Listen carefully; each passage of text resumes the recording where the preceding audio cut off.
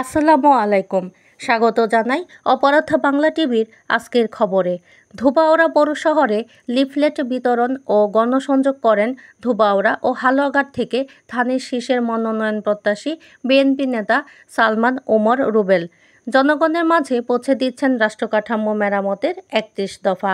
৩১ দফা এর মধ্যে কিছু দফা হলো জনগণের গণতান্ত্রিক অধিকার পুনঃপ্রতিষ্ঠার লক্ষ্যে সংবিধান সংস্কার কমিশন গঠন, মুদ্রাস্ফীতি ও দ্রব্যমূল্যের হ্রাস বৃদ্ধির আলোকে শ্রমজীবী মানুষের ন্যায্য মজুরি নিশ্চিত করা, সম্প্রীতিমূলক রাষ্ট্রসত্তা ও জাতীয় সমন্বয় কমিশন গঠন, প্রাকৃতিক সম্পদ আহরণ এবং নবায়নযোগ্য ও মিশ্র জ্বালানি ব্যবহারে অগ্রাধিকার দিয়ে বিদ্যুৎ, জ্বালানি ও খনিজ খাত আধুনিকায়ন, অবাধ, সুষ্ঠু ও নিরপেক্ষ নির্বাচন অনুষ্ঠানের লক্ষ্যে নির্বাচনকালীন দল নিরপেক্ষ তত্ত্বাবধায়ক সরকার ব্যবস্থার পুনর্বর্তন।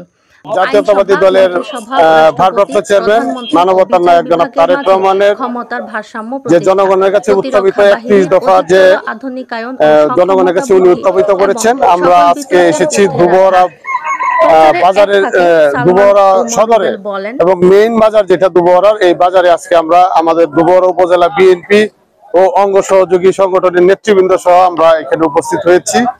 আমরা ধোবাউড়া যে বাজারে বড় মসজিদ, সেখানে আমরা আসরের নামাজ পড়ে আমরা আমাদের এই লিফলেট বিতরণ কার্যক্রম শুরু করেছি। আপনারা দেখতে পাচ্ছেন ইতিমধ্যে অনেক সাধারণ মানুষ আমাদের পাশে এসে দাঁড়িয়েছে, তারা সাদরে লিফলেট গ্রহণ করছে, তারা লিফলেট দিচ্ছে। আসলে আপনারা জানেন, আমরা যে কথাটা বারবার বলছি, আমরা একবারে প্রত্যন্ত অঞ্চলে বাস করি। আমাদের ধোবাউড়া অঞ্চল একবারে সীমান্তবর্তী অঞ্চল। এখানে সাধারণ মানুষ তার ভোটাধিকার প্রয়োগ করতে পারে না বিগত ১৭ বছর যাবত। তারা তাদের ভোটাধিকার প্রয়োগ করার জন্য তারা খুব উন্মুখ হয়ে আছে। তারা কখন তাদের ভোটাধিকার প্রয়োগ করবে সেই ব্যাপারে তারা খুব উৎসাহ উদ্দীপনার মধ্যে আছে।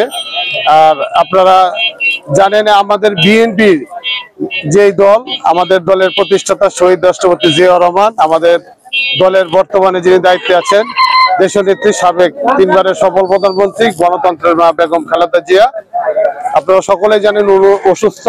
সাধারণ মানুষ ওনার জন্য শ্রদ্ধা ভরে দোয়া করছে যেন উনি সুস্থ থাকেন। পাশাপাশি আমাদের দলের ভারপ্রাপ্ত চেয়ারম্যান মানবতার নায়ক জনাব তারেক রহমান, তিনি সবসময় প্রতিনিয়ত সারা বাংলাদেশের মানুষের খোঁজখবর নিচ্ছেন। উনিও অচিরেই আমাদের মাঝে ফিরে আসবেন।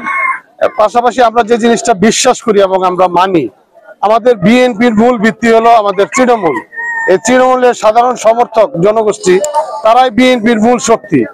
তারা প্রত্যেকেই বিএনপিকে ধারণ করে, লালন করে।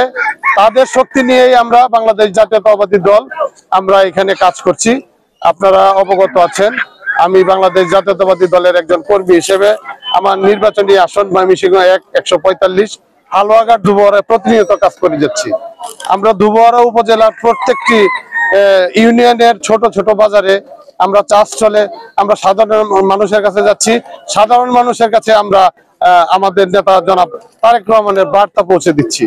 পাশাপাশি আমাদের পার্শ্ববর্তী আরেকটি থানা হালুয়াঘাট ধোবাউড়া মিলে আমাদের সংসদীয় আসন, আমরা হালুয়াঘাটে একই ধরনের কার্যক্রম প্রতিনিয়ত করে যাচ্ছি এবং সাধারণ মানুষ আমাদেরকে খুব উৎসাহ করে আমাদেরকে সমর্থন জানাচ্ছে। আমাদের নেতাকর্মীরা উৎফুল্ল। আমরা বিগত ১৭ বছর জনগণের কাছে যেতে পারি নাই, জনগণের সাথে আমাদের বিচ্ছিন্ন করে রেখেছিল বিগত সরকার। সেই জিনিসটা আমরা আবার কাজে ফিরতে পেরে আমরা খুব আনন্দিত।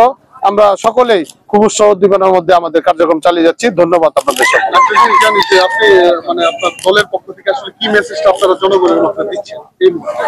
আমাদের দল তো, আমাদের দলের ভারপ্রাপ্ত চেয়ারম্যান জনাব তারেক রহমান ২০২৩ সালেই জনগণের কাছে রাষ্ট্র মেরামতের ৩১ দফা উপস্থাপন করেছিল রাষ্ট্র মেরামতের ৩১ দফা।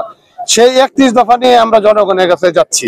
বাংলাদেশের যে ক্ষতি হয়েছে, বাংলাদেশের সার্বিক যেভাবে বাংলাদেশ, আগামীর বাংলাদেশ কি হবে সেটা আপনারা ৩১ দফা পড়লে আপনারা বুঝতে পারবেন। এটার মধ্যে আমাদের নেতা জনাব তারেক রহমান আগামীর বাংলাদেশের ভবিষ্যৎ কি হবে, উনি বাংলাদেশকে নিয়ে কি ভাবছেন, জনগণের জন্য উনি কি করবেন, সকল কিছু আমাদের এই ৩১ দফার মধ্যে উনি বলে দিয়েছেন। সেই ৩১ দফায় আমরা জনগণের কাছে নিয়ে যাচ্ছি।